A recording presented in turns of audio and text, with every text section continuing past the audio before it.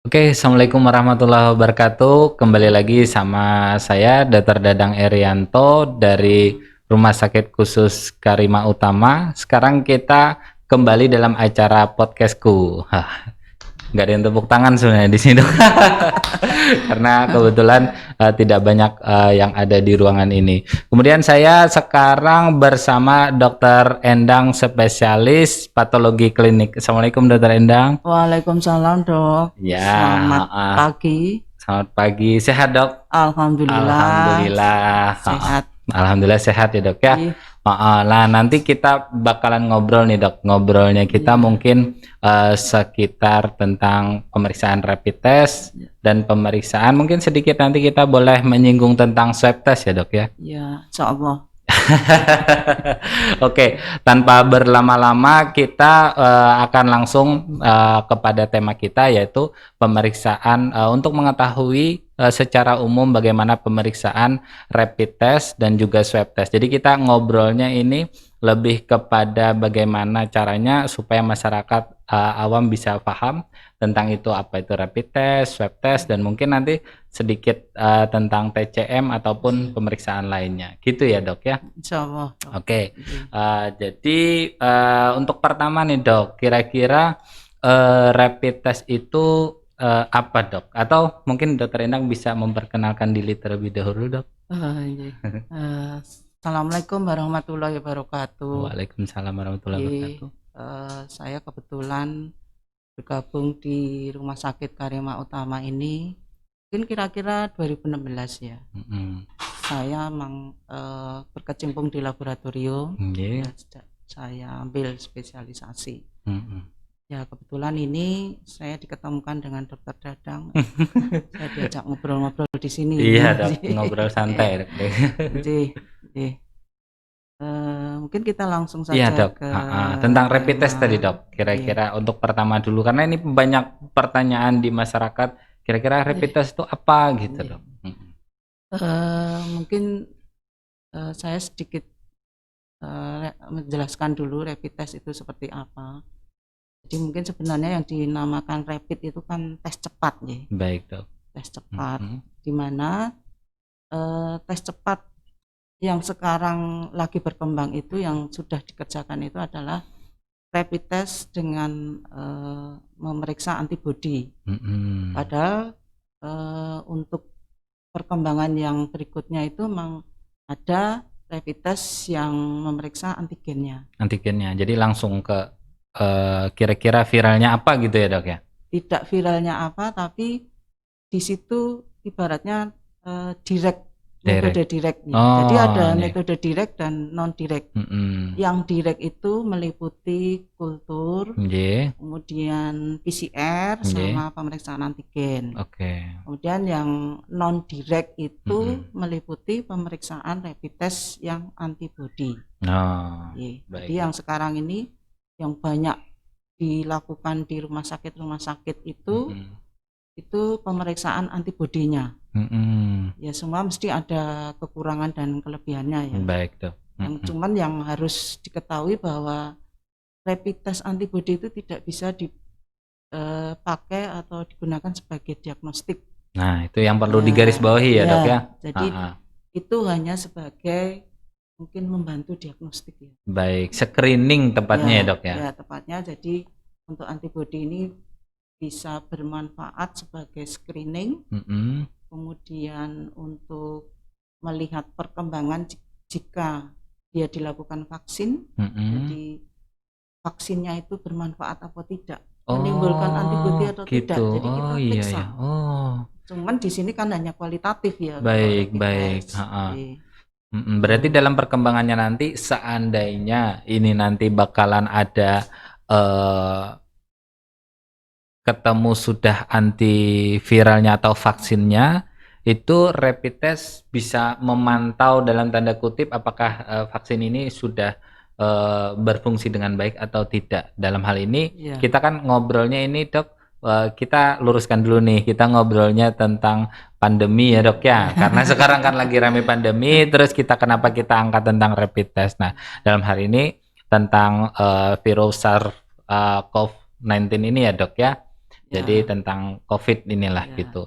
Nah, tadi Dok akan ada katanya dalam perkembangannya nanti ada swab, terus habis itu ada rapid test, sama tadi rapid antigen ya Dok ya. Nah ini untuk sampelnya Dok, diambilnya dari mana? Ketiga ini Dok? Mungkin saya ulangi sekali lagi ya tentang rapid test yang antibody tadi. Itu kan bisa meriksa IgM dan IgG. Di mana kalau hasilnya non reaktif itu tidak berarti bahwa pasien tersebut terbebas dari atau tidak terpapar dari terinfeksi COVID-19. Jadi kalau negatif atau non reaktif itu memang diharapkan harusnya diperiksa ulang 7 sampai 10 hari kemudian. Dipantau lagi ya Dok ya. Karena mungkin antibodinya belum terbentuk ya. Kenapa dia sampai tidak atau non reaktif padahal kemungkinan dia terpapar. Jadi kenapanya itu karena memang belum terbentuk antibodi. Atau mungkin antibodinya masih di bawah dari level pemeriksaan. Jadi nggak kedetek ya Dok ya? Jadi tidak terdetek. Atau mungkin baru window period atau mungkin imunokompromis. Imunokompromis itu kan terjadi gangguan pembentukan antibodi. Sehingga kemungkinan antibodinya tidak terbentuk. Kalau dia reaktif, berarti kita harus lebih lanjut lagi dengan confirm PCR. Lagi ya Dok ya. Konfirmasi dengan pemeriksaan PCR. Tapi namun demikian itu kan uji rapid test ini kan juga tergantung dari validitasnya. Dan sebaiknya dan dianjurkan agar itu validitasnya atau sensitivitasnya meninggi, itu sebaiknya memang diperiksa paling tidak 7 hari setelah terpapar. Kontak ya Dok ya. Artinya apa? Artinya setelah 7 hari itu diharapkan sudah terbentuk antibodi. Ya, kita berharap kalau memang benar-benar terpapar COVID ya reaktif. Itu yang IgM itu munculnya setelah sekitar 5 sampai 7 hari. 5 sampai 7 hari terpapar. Baru terpapar IgM yang keluar ya Dok ya. Ya, jadi 5-7 hari setelah terpapar. Kemudian nanti disusul dengan munculnya IgG yang muncul kira-kira ya setelah hari ke-14. Hari ke-14. Jadi kalau IgM-nya yang keluar berarti orang kemungkinan baru terpapar. Kemudian kalau dia itu sudah keluarnya IgG, kemungkinan besar berarti ini adalah sudah lama ya Dok ya, agak lama terpaparnya. Ada kekebalan. Iya, Karena kan Dok kebetulan kan kita di rumah sakit kadang adalah beberapa itu menemukan IgG-nya yang keluar atau IgM-nya yang keluar. Kontaknya kadang lupa dia Dok di mana kontaknya ya. Berarti ini memang susah ya menentukan. Betul Dok. Kapan mereka itu terpapar? Itu kadang-kadang untuk ditelusuri susah. Iya, karena kebetulan memang kadang pasien itu lupa Dok, dia lupa terpapar atau bahkan bilangnya tidak ada terpapar sama sekali. Nah ini nanti mungkin bisa ditindaklanjuti. Kembali Dok ke untuk sampelnya Dok. Kira-kira diambilnya yang tetap validnya itu untuk rapid dulu Dok. Ini yang antibody. Ya antibody. Untuk dari darah yang di ujung jari kah atau darah yang di darah vena kah atau darah pembuluh darah kah Dok? Jadi memang sebenarnya untuk rapid test itu sampelnya itu bisa dari kapiler yaitu ujung jari, kemudian bisa dari serum maupun dari plasma.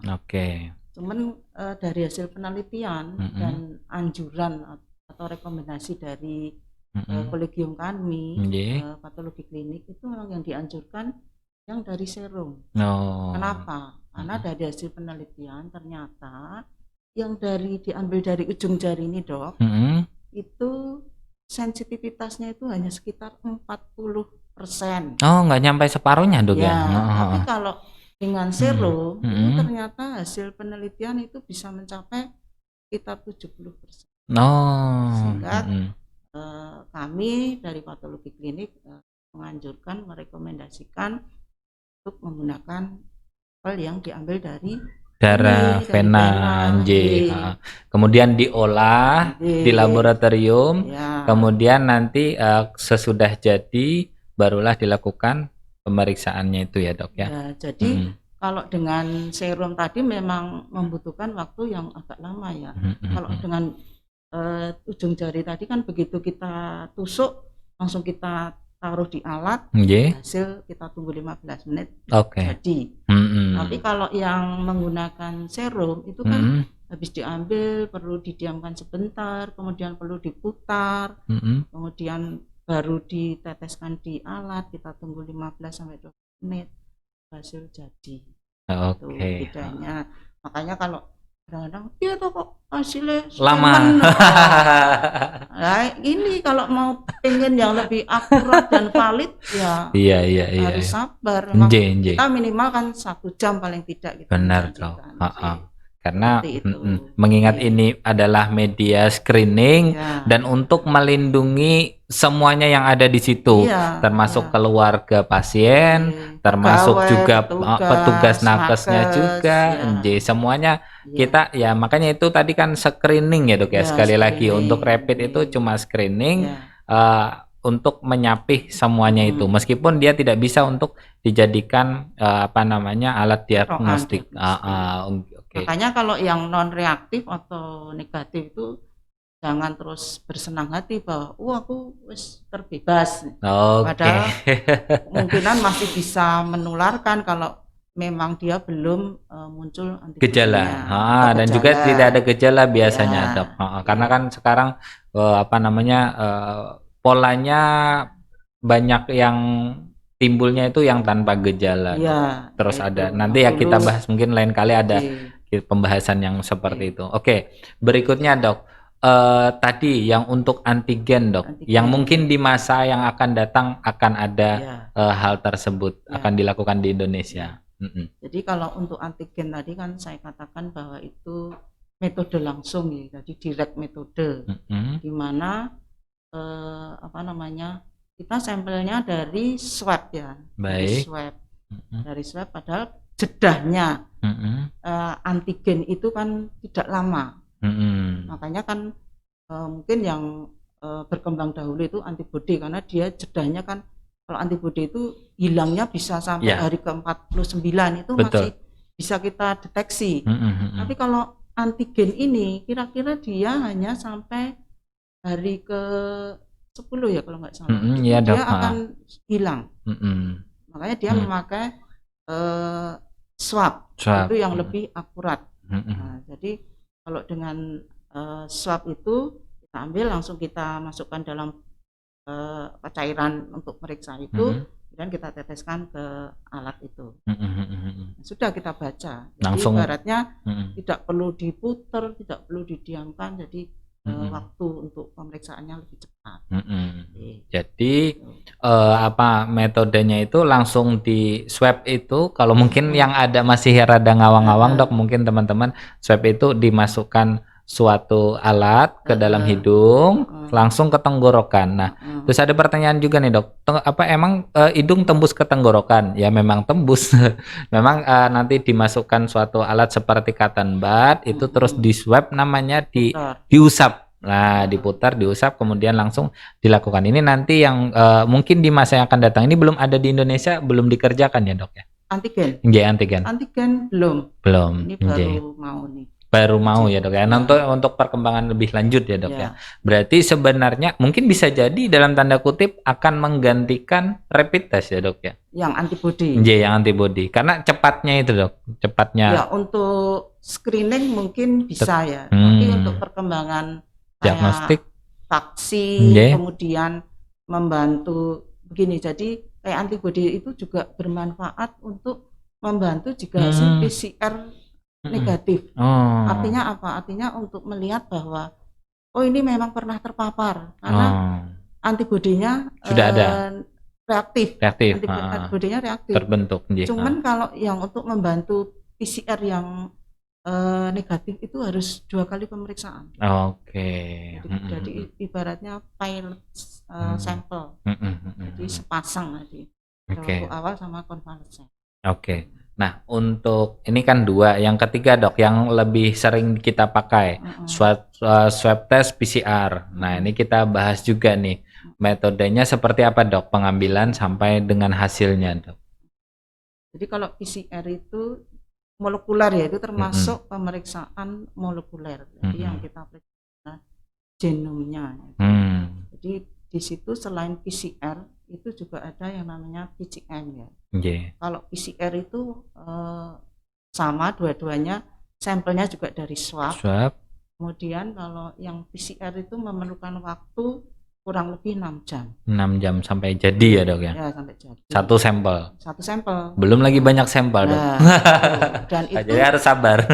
Kalau PCR itu membutuhkan lab khusus level 3. Terus juga membutuhkan biosafety. Terus kemudian juga membutuhkan keterampilan tenaga khusus. Baik. Ya. Jadi kalau yang tadi satunya itu ada PCM itu dia tidak perlu laboratorium lab khusus yang level 2 tadi. Tapi kalau APD yang semua harus pakai ya. Pakai ya Dok ya. Dari yang level 3 itu. Terus kalau yang PCM itu waktunya hanya membutuhkan 1 jam. Ya paling enggak sampai selesai kurang lebih 2 jam. Itu bedanya. Oke. Jadi metode pengambilan pun berbeda ya Dok ya, untuk rapid dan swab PCR. Terus begitu juga dengan swab antibody juga berbeda, yang mungkin nanti akan ada di Indonesia juga. Mungkin ya kita nggak tahu, semoga aja cepat yang seperti ini ya Dok ya. Karena ini kan sudah 7 bulan Dok, banyak yang protes kok ya kita masih lama saja ya, tapi itu bukan ranah kita dan kita tidak membahas tentang hal itu Dok. Kita lebih kepada ilmiahnya saja. Oke. Saya ingatkan kalau baik Dokter. PCR kan harus 2 kali berturut-turut. 2 kali ya Dok ya. Kenapa harus 2 kali? Karena PCR itu memang sensitivitasnya memang tidak setinggi dari rapid ya. Sehingga dia harus 2 kali. Jadi misalkan hari pertama dia ibaratnya belum terangkat virusnya, ya siapa tahu nanti hari kedua diharapkan bisa terangkat. Jadi mungkin hari pertama mungkin masih negatif, hari kedua kalau memang dia terinfeksi, insya Allah bisa positif. Bisa hasilnya bisa kelihatan ya Dok ya gitu. Kalau spesifitasnya itu kalau untuk PCR memang 100%. Oh iya ya, sensitivitasnya kayak tadi yang rapid test antigen. Baik. Itu spesifitasnya juga 100%. Jadi maksudnya apa? Maksudnya kalau itu memang positif, ya itu memang terinfeksi dia ya Dok. Kalau dia negatif ya berarti memang tidak terinfeksi ya Dok ya. Ataupun juga belum berkembang ya Dok ya. Ya jadi kalau yang rapid test antigen tadi, kalau yang antibody, rapid test antibody tadi, kalau positif itu kan juga ada namanya cross reaction dengan virus lain. Oke, apa itu Dok? Gimana Dok? Seperti misalnya dengan anti dengue. Misalnya kita terinfeksi dengue. Kalau kita periksa dengan rapid test antibody, kemungkinan reaktif. Karena itu antibodinya mirip. Mirip ya Dok ya.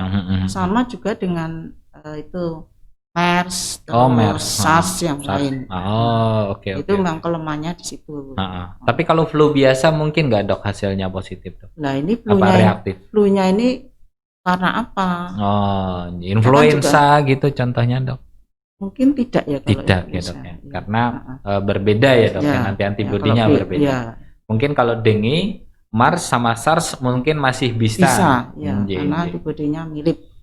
Nah jadi teman-teman yang masih penasaran terhadap rapid test, kok saya di rapid terus habis itu saya tidak bergejala, terus saya swab kok hasilnya negatif, padahal saya sudah sudah isolasi mandiri, terus capek-capek nggak kerja gitu. Tapi kan ini kan sekali lagi mohon maaf, ini media screening dan upaya pencegahan supaya nanti virus ini tidak berkembang lebih banyak lagi, kurang lebih seperti itu ya Dok ya. Yang penting tidak penularannya tidak kemana-mana, tidak bertambah. Khawatirnya ya Dok ya, yang dikhawatirkan nanti ternyata dia itu adalah positif tapi tidak bergejala, malah nularin yang lebih berisiko gitu ya dok ya. Terus ada dok yang kemarin lagi rame itu dari pemeriksaan rapid test bisa mengeluarkan apa namanya hasil bebas COVID. Itu sebenarnya tidak valid ya dok? Ya, rapid test nih. Rapid test dok. Rapid test ya. Saya kira itu perlu diluruskan. Iya. Ya, jadi kalau misalkan itu tadi yang sudah kita sampaikan, kalau hasilnya non reaktif itu memang diharapkan 7 sampai 10 hari untuk tes ulang. Dan kalau memang ada gejala itu apalagi itu harus langsung isolasi mandiri dan harus segera juga nanti 7 sampai 10 hari diulang. Tapi kalau tanpa gejala dia merasa pernah kontak, itu memang sebaiknya juga isolasi. Itu demi keamanan yang lain. Ya, benar. Itu kalau yang non reaktif. Ya. Jadi sekali lagi berarti saya perjelas bahwa rapid test tidak bisa dijadikan rujukan untuk pasien bebas COVID.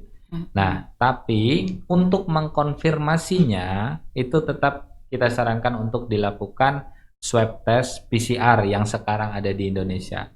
Tapi ya terlepas dari wah dok ini mahal, terus habis itu ya, emang mahal ya, mahal, lama, ya agak ribet ya juga ya. Nah, memang kompleks ya dok ya pemeriksaannya itu. Dan juga biasanya kalau dilakukan sampling swab ini pasti sudah trauma dulu, merasa takut dulu ya kemungkinan ya. Iya, karena dok, dia merasa kayak dicocok, dimasukin sesuatu ke hidungnya kan. Iya. Dia merasa engkau kayak loro, kayak berdarah kan gitu ya. Benar dok. Ya, jadi itu memang perlu diketahui bahwa yang namanya swab itu tidak sakit. Jadi cuma rasa tidak nyaman aja. Ya. Sesudah itu sudah tidak ada rasa apa-apa. Oke. Terus dok, ada pertanyaan lagi gini dok. Pas waktu melakukan pemeriksaan, misalnya ada sampel banyak. Nah ini kan ada rumor, wah itu nanti setelah meriksa yang satu, terus meriksa yang satu, bisa saja saya tadinya non reaktif atau negatif, terus karena nakesnya habis meriksa yang positif, terus meriksa saya, terus saya jadi positif, jadi tertular di situ. Itu sebenarnya tidak benar ya dok ya? Ya, yang penting kita kan menggunakan alat atau baru, mengikuti dok, ya? protokol kesehatan. Nah itu. Yang utama kan kita pakai masker, kita cuci tangan. Jadi kalau mungkin habis periksa yang satu, yang seterusnya mungkin perlu cuci tangan, mungkin sebaiknya juga ganti handscoon. Ya gitu. Benar dok. Itu sebaiknya itu. Artinya alat yang kita gunakan untuk pasien yang baru itu adalah alat yang baru lagi ya dok ya, sebaiknya, ya. Jadi baik itu sarung tangannya, ya terlebih lagi untuk pemeriksaan lain sebagainya kan semuanya baru ya. Iya, jadi, kalau untuk iya. Makanya jadi kayak kita ngambil darah itu kan istilahnya alatnya itu kan disposable. Apa disposable itu kali pakai kita buang. Nah, ini jadi tidak ada lagi yang meragukan bahwa adanya penularan akibat pemeriksaan. Nah, ini adalah hal yang salah, kita luruskan lagi ya. Jadi tidak mungkin pemakaian alat itu terulang. Ya. Artinya apa? Artinya habis dipakai untuk nyuap ini kok mungkin dibersihkan terus dipakai untuk nyuap. Itu jelas yang sama tidak gitu, mungkin. Ya. Begitu Jadi, juga ini untuk ambil darah itu juga tidak mungkin lah kita misalnya terus kita bersihkan, kita untuk pakai yang lain itu jelas tidak mungkin. Itu akan menjadi sumber penularan ya. Sedangkan kita lagi-lagi kita jelaskan bahwa nakes baik itu dokter, perawat, itu kita dalam hal ini sama-sama berjuang, sama masyarakat juga kita sama-sama berjuang karena kita dalam kondisi dalam tanda kutip perang. Nah, dalam tanda perang ini kayak kita juga sebagai nakes tidak ingin adanya pasien yang dia kira-kira nanti hasilnya yang positif dan lain sebagainya, dan tidak ada yang dipositif-positifkan ya dok ya, karena ada itu. Iya, karena gini, kita kan di laborat itu ini kita kerja itu disumpah loh, kita lulus itu pakai sumpah loh. Jadi tidak sembarangan. Misalnya kita hasilnya negatif kita positif, reaktif kita non reaktifkan atau sebaliknya, itu jelas menyalahi hukum. Kita menyalahi diri kita sendiri, hati nurani kita sendiri. Jadi itu jelas tidak mungkin.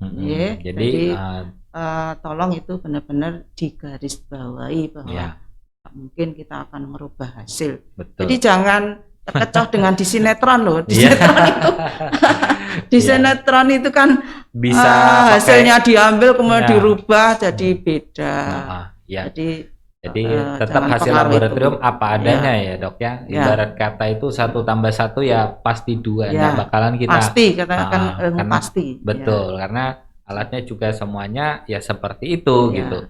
Nah, terus Dok, ada misalnya ada yang dia itu PCR Dok, baru PCR di tempat A, terus habis itu mungkin nggak Dok, misalnya dia belum sampai 14 hari, dia PCR lagi, swab test PCR lagi di tempat yang B, terus hasilnya berbeda Dok? Bisa saja ya, karena kan virus tadi kan bertenggernya di situ kan ada waktunya. Baik. Dan kita mungkin tidak tahu sebenarnya kapan tuh kita itu terpapar. Kan susah ya kadang-kadang pastinya. Padahal kemungkinan swab yang pertama mungkin sudah hari ke 10 katakan.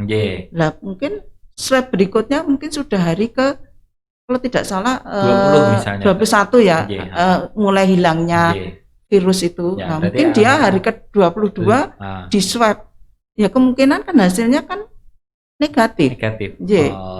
Tapi kalau mungkin saya kasih gambaran untuk yang rapid test antibody ya. Kita memang pernah mengalami sendiri di sini. Jadi waktu itu ada pasien pagi diperiksa dengan drive thru. Dengan pemeriksaan di sini ya, di kapiler ya. Kemudian dia kalau nggak salah siang atau sorenya dia datang ke sini. Kita kan periksa rapid test juga. Ternyata hasilnya beda. Jadi pada waktu dengan ini itu non reaktif, setelah kita periksa dengan cara kita, metode kita itu hasilnya reaktif. Nah itu bedanya yang sudah saya sampaikan tadi, bahwa dengan kapiler itu kemungkinan sensitivitasnya sekitar 40%-an, tapi kalau dengan serum itu 70% ya Dok ya. Tapi kalau untuk 100% tetap swab test PCR ya Dok ya.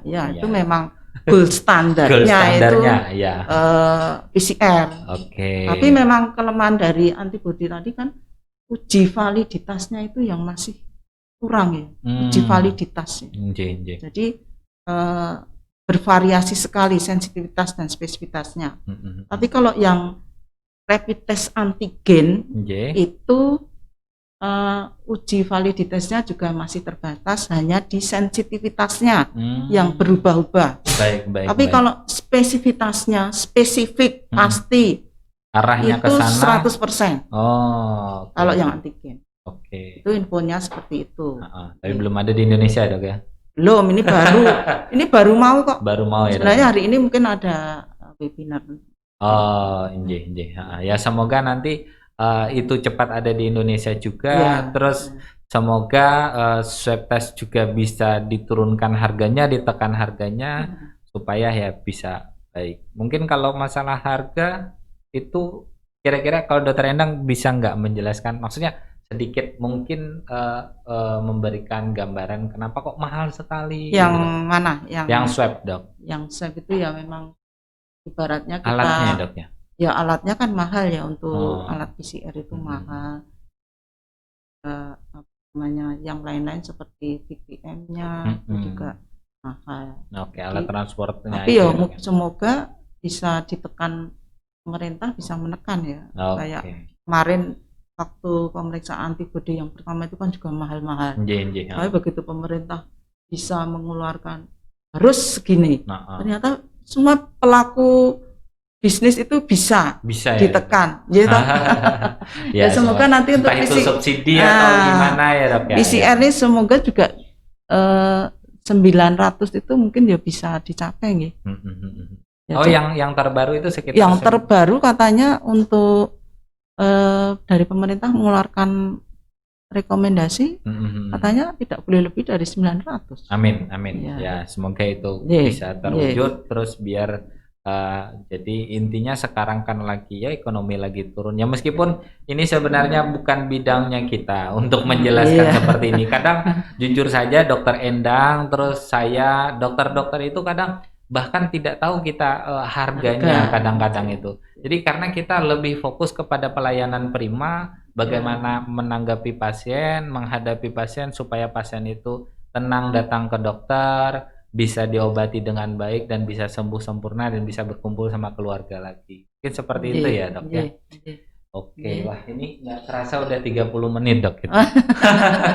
Kan ngobrolnya sebenarnya kayaknya santai aja tapi kok ya sudah 30 menit ini. Oke, dari apa ada pertanyaan atau apa lain sebagainya? Tidak ada ya. Oke, dapat saya simpulkan, Dok. Mungkin saya simpulkan dulu aja ya, Dok ya. Oke, yang pertama rapid test itu ada dua pemeriksaannya, pengambilan sampelnya. Pertama ada yang dari kapiler atau dari ujung jari, kemudian ada yang dari vena atau dari pembuluh darah. Begitu ya, Dok ya? Itu yang antibody. Yang antibody. Ya, untuk rapid test antibody. Terus pemeriksaannya kalau yang yang di vena nanti diolah menjadi serum dan lain sebagainya sehingga nanti hasilnya sensitivitasnya 70% ya, Dok ya. Ya, bisa mencapai. Bisa mencapai 70%. Terus yang perlu digarisbawahi untuk rapid test antibody itu tidak bisa dijadikan rujukan untuk diagnostik atau bebas COVID. Gitu ya, Dok ya? Oke. Jadi hanya screening istilahnya. Ya, terus ada lagi untuk rapid test antigen yang mungkin nanti itu belum ada di Indonesia ya. Yang mungkin nanti bisa ada di Indonesia dan mungkin sensitivitasnya lebih tinggi lagi. Nah, ini dan efektivitasnya dan validitasnya 100% ya, Dok ya. Hampir spesifistasnya 100%. Cuman sensitivitasnya masih bervariasi. Masih bervariasi. Jadi, karena uji validitasnya yang masih terbatas. Oke, nah itu sebenarnya untuk antigen ini kan lebih efisien dan itu lebih efisien. Lebih cepat juga ya, Dok lebih ya. Cepat. Ya, itu sampelnya dari swab nanti. Terus yang sekarang lagi sudah dilakukan dari awal kali ada pandemi adalah swab test PCR ya, Dok ya. Ya. Nah ini jadi yang dapat disimpulkan adalah pengambilan swab tidak sakit dan tidak nyeri dan lain sebagainya, hanya saja merasa tidak nyaman. Yang pasti sama juga kayak orang disuntik lah ngambil sampel gitu. Artinya kalau kita tegang terus nggak kooperatif, otomatis juga pasien nakes juga susah untuk mengambilnya dan biasanya rasanya malah justru kesakitan dan lain sebagainya ya, Dok ya. Terus untuk hasil pastinya ya gold standarnya memang kita dari swab test PCR yang ada di Indonesia gitu. Mungkin seperti itu ya, Dokter Endang. Mungkin saya tambahi sedikit. Baik, Dokter Endang. Karena di sini ini kan rumah sakit umum khusus bedahnya. Baik, Dokter. Berarti kan ibaratnya kan pasien itu hampir semua akan dioperasi. Ya. Nah, kenapa kok juga harus periksa rapid test? Jadi tujuannya untuk menilai bahwa pasien tersebut terpapar atau tidak, hanya untuk men-screening itu. Screening ya, Dok. Media screening. Jadi kalau dari hasil itu kan kita selain untuk melihat pasien itu terpapar atau tidak kan juga untuk melindungi nakes-nakes kita. Jika dia reaktif harus diperlakukan seperti apa, kalau non reaktif harus seperti apa. Walaupun kita menghadapi pasien pada kondisi pandemi ini memang semua harus dikondisikan bahwa dia dianggap sebagai terpapar, sehingga kita benar-benar harus APD-nya harus komplit betul. Itu mungkin itu yang saya tambahkan. Oke, ya benar sekali. Artinya kebetulan saya juga di IGD, nah kebetulan langsung lupa komplit APD. Kontak langsung dengan beberapa pasien ya kita biasanya pakai APD-nya itu APD level 2 Dok kadang.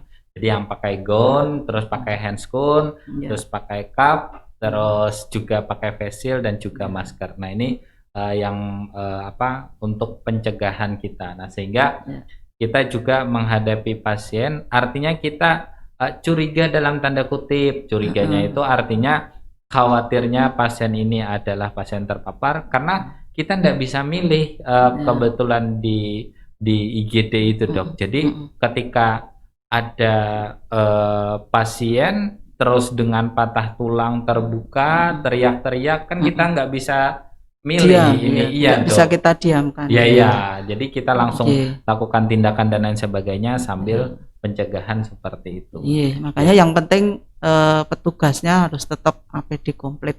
Entah itu terinfeksi atau tidak, terpapar atau tidak, tetap itu yang harus dilakukan. Dan juga pasien harus, mohon maaf, ini lebih sedikit bersabar ketika pandemi seperti ini karena tindakan itu memang kita harus menunggu hasil screeningnya terlebih dahulu. Dan screeningnya juga banyak kebetulan biasanya agak lama sedikit aja lamanya insya Allah karena kita kan dok ada one day surgery itu dok jadi one day surgery hari ini masuk operasi besok bisa pulang tapi hanya saja biasanya pelayanan untuk masuk ke kamar operasi dan melakukan persetujuan operasi itu rada lama karena nunggu inform consent-nya. Inform consent. Oke, mungkin seperti itu aja Dr. Endang. Terima kasih banyak sekali lagi telah mau bergabung di podcastku, podcastnya Karima Utama. Terus terima kasih semua jajaran manajemen, teman-teman IT dan lain sebagainya. Terima kasih. Saya Dr. Dadang. Wabillahi taufiq wal hidayah. Wassalamualaikum warahmatullahi wabarakatuh. Waalaikumsalam.